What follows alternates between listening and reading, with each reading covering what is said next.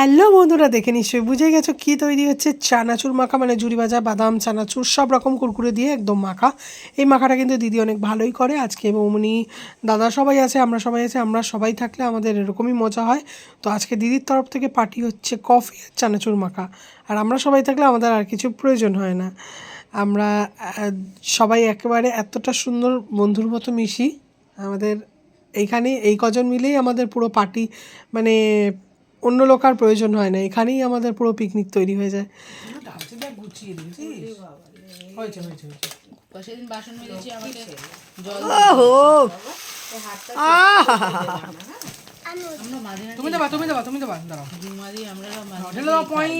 Heavy লাগে।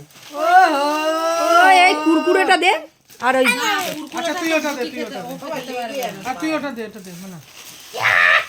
লে লে লে লে লে লে লে উইরে যাবে।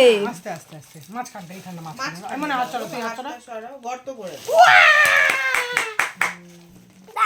মাছটাকে দেখিয়ে দাও একটু। এমা ইয়ে আনিস নি তোরা? খাইছে সব ঝুড়ি ভাজা এনেছিস? চানাচুর নেই ভালো এই দোকানে। ভালো নেই, ঘটি গরম আনিস নি? ঘটি গরম নেই। দিয়েছি ঝুড়ি ভাজা। আমি এগুলো মেখে দেন, নাহলে সার্ভিস করে দেন। সার্ভিস করে দেবে আবার কি কথা? কেন? এই কুরকুরে দেবো না। এটাই খাও, কুরকুরে বাচ্চারা কুরকুরে খায় না। তোমাকে দেওয়া যাবে না।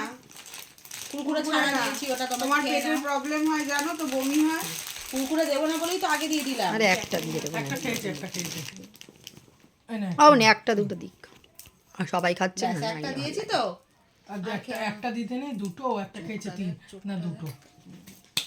দুটো এটা মেখে দিই, এর মধ্যে মেখে দেবো। আচ্ছা খাও তাহলে। সুদাই ওইটাই খাবে, ওইটা আর খাবে না।